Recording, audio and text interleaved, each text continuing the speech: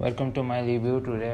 আমি আজকে welcome to the dairy নিয়ে যে একটা রিভিউ দিব, এবং এটি সাম্প্রতিক সময়ে HBO ম্যাক্সে প্রিমিয়ার হওয়া horror drama thriller television series, এবং এটি ইতিমধ্যে শেষ হয়েছে। এটি কনসিস্টস অফ 8 এপিসোডস টোটালি, এবং এটি HBO ম্যাক্স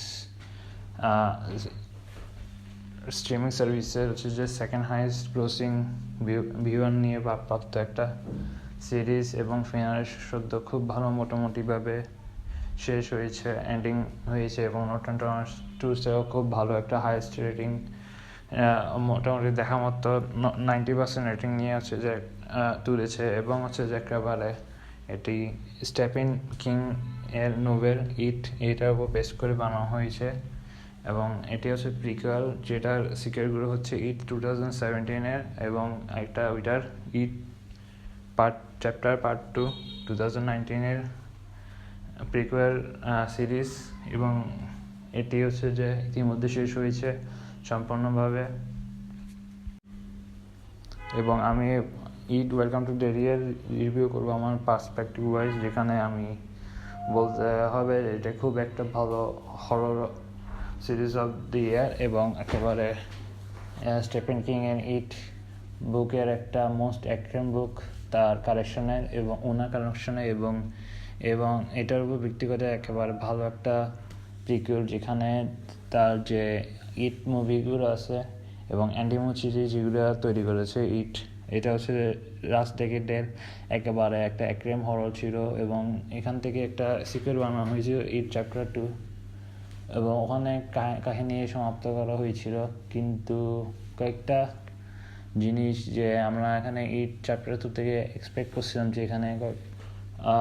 যেখানে যে আমরা শেষ হয়েছিল চ্যাপ্টার 1-এ, যে ডেরি এখানে পেনিওয়াইজ দ্য ক্রাউনের কে হারিয়ে চিলড্রেনগুলো যে একেবারে একটা ইতি করে ফেলে, তাদের একটা টেরিফাইং, তাদের হান্টিং একটা যে মুহূর্ত তৈরি করে আসছিল। এবং পেনিওয়াইজ দ্য ক্রাউন যে 27 বছর পর তার একটা সাইকেল শুরু হয়, যেমন বার্থ আর রিবার্থ এবং দ্যাট এর সমমতে একটা তাদের ডেরি শহরের উপর একটা হান্টিং পর্যায়ের মধ্যে রাখে চিলড্রেনদেরকে, এবং তার টেরর এবং টেরিফাইং এর একটা পর্যায়ে রয়েছে, যেখান থেকে যে সবাইকে একটা এক্সপিরিয়েন্স করে যেতে হয়, এবং শেষ মুহূর্তে অনেক চিলড্রেন নিখোঁজ হয় এবং কখনো কখনো মারা যায়, এবং শেষমেশ অবশ্যই এদেরকে নিয়ে একটা প্রসেন্টিক একটা কাহিনী তৈরি হয়। কিন্তু যে আমরা দ্য রুজেস ক্লাব দেখছিলাম নোভেল এবং মুভিগুলোতে, ওইটাও যে একেবারে খুব অ্যাডাপ্টেশন যে করার জন্য অবশ্যই একেবারে আমার মোটামুটি একেবারে খুব ভালোই লেগেছিল। এবং যে চ্যাপ্টার 2-তেও দেখা যাচ্ছে 27 বছর পর একটা নতুন অ্যাডাল্ট ভার্সন রুজেস ক্লাবের ভার্সনটাকে নিয়ে আমরা মুভিটা দেখেছি। ওখান থেকে অনেকের এক্সপেকটেশন ছিল যে অরিজিনস অফ পেনিওয়াইজ কখন দেখবো, কিন্তু ওখানে আসলে দেখানো হয়নি, অনেক পুরো এক্সপ্লেন করা হয়নি, সেই জন্য আসলে ওখান থেকে সেই মুভিটা এত ভালোভাবে একটা অ্যাক্টিং হইতে পারে না, এবং অনেকে যে একটা ডিসঅ্যাপয়েন্টিং বলেছিল। সেই জন্যই ওয়েলকাম টু ডেরি থেকে একেবারে মূলত যেভাবে যে শুরু হয়েছে, যে প্রিকুয়েল মুভি 2017 মুভির মানে যে স্টোরিটা সেটিং হয়েছে 1989-এ, সেটা এখন সেট হয়েছে এই সিরিজে 1962-এ, এবং যে পেনিওয়াইজ দ্য ক্রাউনকে নিয়ে একটা অরিজিন ছিল সেটাই এখানে এক্সপ্লেন করা হয়েছে ভালোভাবে, যেটা নোভেলও করা হয়েছে, কিন্তু এখানে যে সিরিজ ওয়াইজ একটা করেছে, এবং এখান থেকে বোঝা যাচ্ছে চ্যাপ্টার 2-এর থেকেও আসলে ওয়েলকাম টু ডেরি অনেকই ভালোই লেগেছে, সেই জন্য সিকুয়েলে হয়তো বলাও যেতে পারে। কিন্তু আমরা যে জানি এখন পর্যন্ত যে সিজন 1 চ্যাপ্টার 1 যে শেষ সব হয়েছে, এরপরে আরও 2টা সিজন বের করার একটা ইঙ্গিত দিয়েছে, কিন্তু এটাই যে এগুলো হবে যে প্রিকুয়েল, সম্ভবত 1962-এর সামনে আরও অতীতে গিয়ে, যেটা সিরিজেও এক্সপ্লেন হয়েছে যে পেনিওয়াইজ দ্য ক্লাউন হচ্ছে যে এন্টিটিটা হচ্ছে যে পাস্ট, প্রেজেন্ট, ফিউচার সব জায়গায় হচ্ছে যে এক্সিস্ট করে, এবং সেই অনুযায়ী হচ্ছে যে এই একটা ইউনিভার্সও করা যেতে পারে। এইভাবে হচ্ছে যে কানেক্টেড। এবং স্টিফেন কিংয়ের বইগুলো নিয়ে যে অ্যাডাপ্টেশনস করা হয়েছে বিভিন্ন মুভি এবং সিরিজগুলোতে, ওগুলো একেবারে ক্যানন এবং কারেক্টেড। কারণ এখান থেকে যে সিরিজে ডিক হ্যালোরেন ওই ক্যারেক্টারটা যেটা শাইনিংয়ে ছিল এবং দ্য প্রিকুয়েল ডক্টর সিরিজ ছিল, ওখানে এখনও ওয়েলকাম টু ডেরিতে এক্সিস্ট করে। এছাড়া হচ্ছে আরও বাকিগুলো যেগুলো মুভি বা সিরিজগুলো ছিল, যেগুলো অ্যাডাপ্টেশন হয়েছে, ওগুলোও ক্যানন। এবং ওখান থেকে মনে হইতেছে যে দ্য শাইনিংও একটা সিকুয়েল ওয়েলকাম টু ডেরিয়ে। এটা এখানে সিরিজেই বুঝে গেছে মোটামুটি। এখন ওয়েলকাম টু ডেরি দেখে আমার যে পার্সপেক্টিভ মনে হলো বা আমার পারসেপশন যেটা মতে আমার লেগেছে, একেবারে এপিসোড 1টা হচ্ছে গ্রেটেস্ট একেবারে pilot, because of the nightmare plot. এখানে একেবারে টুইস্ট, আর এখানে একেবারে মেইন একটা জিনিস যেটা দেখলাম সেখানে হচ্ছে যে একেবারে এপিসোডটা একেবারে ক্ষমা করে দিয়ে একেবারে এন্ড হয়েছে একেবারে। এবং পোস্টারেও হচ্ছে বোঝা যাচ্ছে যে সিজন 1-এর যে প্রথম 2টাই পোস্টার ছিল, এখানে 2টাই আসলে এপিসোড 1-এর পরে বোঝা যায়।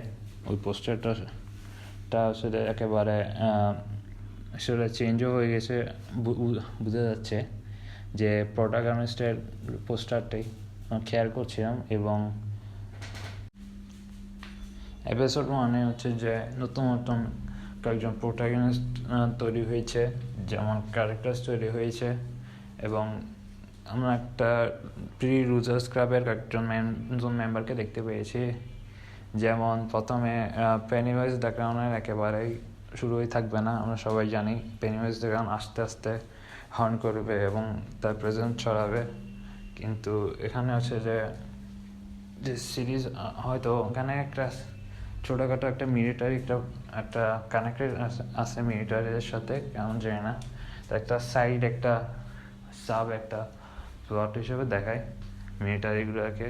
কিন্তু অবশ্যই এখানে ধরে রাখতে হয় এটা আসলে এগুলা ডেরি শহরের যে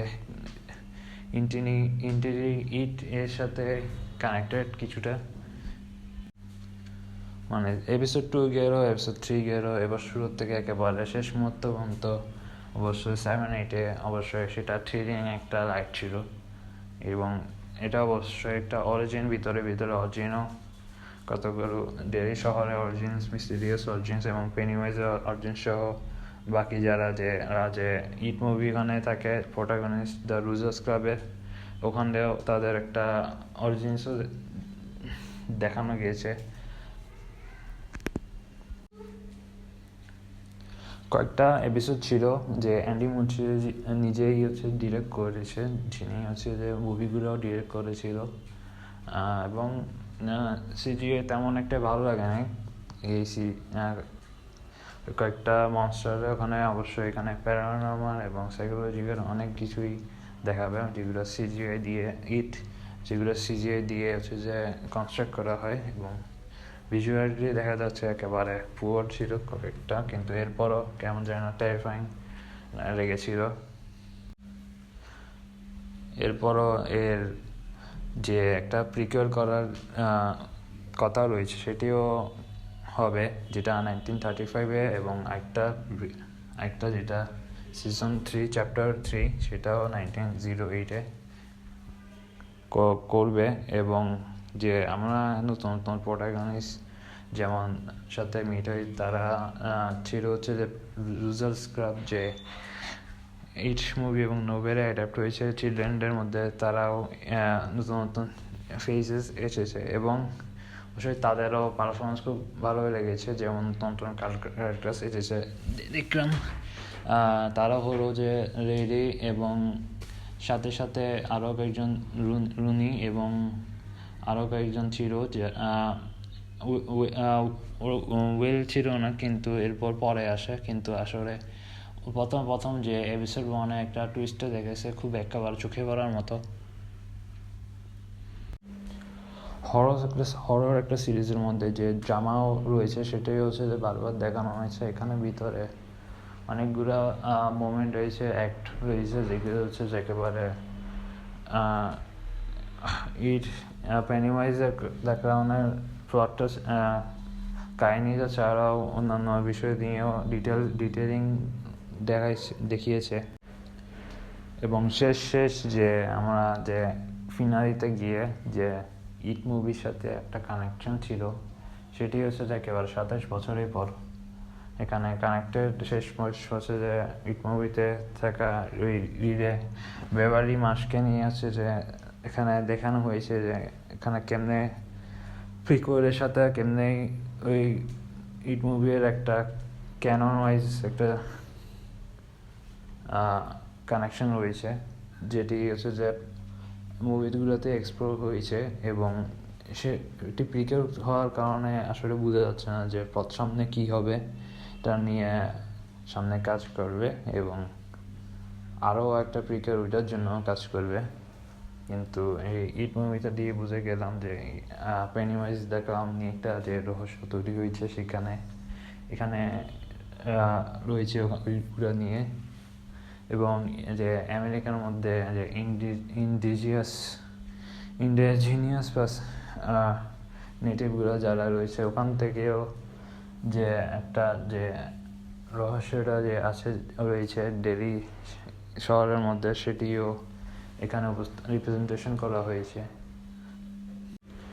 এবং স্টিফেন কিংয়ের যে মুভি অ্যাডাপ্টেশনসগুলো যারা দেখে, তাদের জন্য এটা ইগালি মাস্টারওয়াচ, যে এটা নিয়ে একেবারে ভালো একটা সিরিজ একেবারে তৈরি হইল। এবং পেনিওয়াইজ দ্য ক্লাউনের রোলে যে বিল স্কারস্গার্ড যে একটা পারফরমেন্স একটা ছিল, সেটাও একেবারে ওই মুভিগুলো থেকেও একেবারে ভালো হয়েছে আমার মনে করি। একেবারে ব্রিলিয়েন্ট হয়েছে। এবারে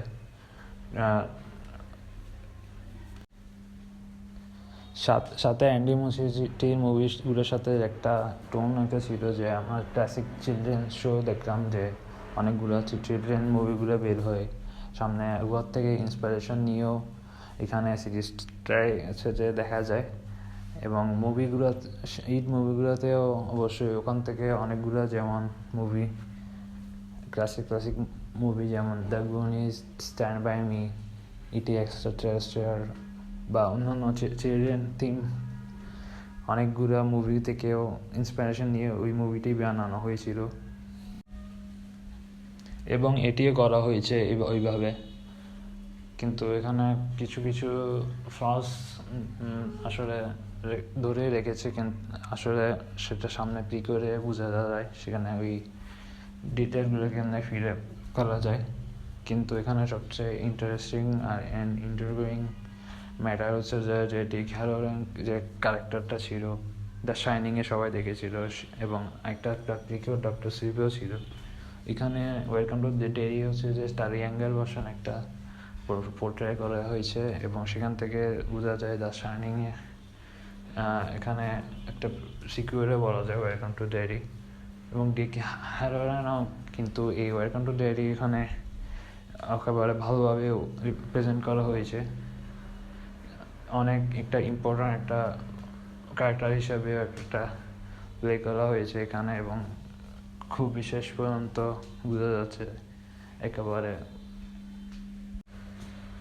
ডেরি শহরের রুজার্স ক্লাব চিলড্রেন মেম্বারগুলো ছাড়া যে ডিক হ্যালোরেনও একটা খুব ইম্পর্ট্যান্ট রোল প্লে করেছিল তার শাইনিং পাওয়ার্সগুলো দিয়ে, সেটাও হচ্ছে যে দেখা গিয়েছে। এবং এইটুকু যে আমরা একটা ভালো একটা সিরিজ একটা পেয়েছি, যেটা একেবারে এন্টারটেইনিং এবং একটা মাইন্ড ব্লোয়িং এবং খুব একটা ইমোশনাল, যেটা হচ্ছে যে প্রত্যেকটা ক্যারেক্টারদের সাথে নিয়ে আমাদের একটা রাইড দিবে। এটা দিয়ে আমরা হচ্ছে যে আমি একটা বেশিরভাগটা উপভোগ করলাম, খুব ভালো। যেমন অনেকগুলা ক্যারেক্টার আছে যে একেবারে খুব নিউ একটা ফ্রেশ বা অনেক একেবারে প্রোডাক্টিভ, এবং তারা কীভাবে যে দ্য লুজার্স ক্লাব হওয়ার আগে যারা তারা কেন পেনিওয়াইজ দ্য ক্লাউনকে হচ্ছে যে একেবারে ধ্বংস করেছিল, সেটিও হচ্ছে যে আমরা দেখতে পেয়েছি, এবং আমিও দেখতে পেয়েছি যে একেবারে খুব একটা মাইন্ড ব্লোয়িং একটা স্টোরি দিল। তবে আমি এই সিরিজটাকে হচ্ছে যে একেবারে হরর সিরিজ অফ দ্য ইয়ারও বলতে পারি। একেবারে ভালোভাবে হরর এলিমেন্টসগুলো দিয়ে সাজানো হয়েছে, এবং যে প্রিকুয়াল যেটা রয়েছে ওইটাও মনে হয় এটা ওইভাবে ভালোভাবে করলে, যেখানে ইংরিড এই ক্যারেক্টারও থাকবে, যেখানে বোঝা যাচ্ছে এখানে ওয়েলকাম টু ডেরিয়ের ইট দ্য পেনিওয়াইজ দ্য ক্লাউনের সাথে যে ভূমিকাটা পালন করেছে, ওখানেও একটা প্রিকুয়াল একটা ভূমিকা নিয়ে থাকবে। এপিসোড 1 যে দেখলাম যে ভায়োলেন্স, সেখানে হচ্ছে যে একেবারে কনসিস্টেন্সি দিয়েই শেষ করতে পারতো, কিন্তু আস্তে আস্তে এত একটু মানে ছিল না। এরপরও শেষ মুহূর্তে অনেক আরও তীব্র হয়েছিল এগুলো, এবং বলতে পারি যে ওয়েলকাম টু ডেরি হচ্ছে যে একেবারে ইট ক্যারেক্টারকে নিয়ে একেবারে একটা খুব একটা কামব্যাক একটা সিরিজ, এবং যে আমরা এই ইন্টারটেকে নিয়ে একেবারে প্রিকুয়ার বা সামনে মুভিও হয়তো আসতে পারে, ওইটা নিয়েও অ্যাডাপ্টেশন দেখতে পারবো। তো স্টোরি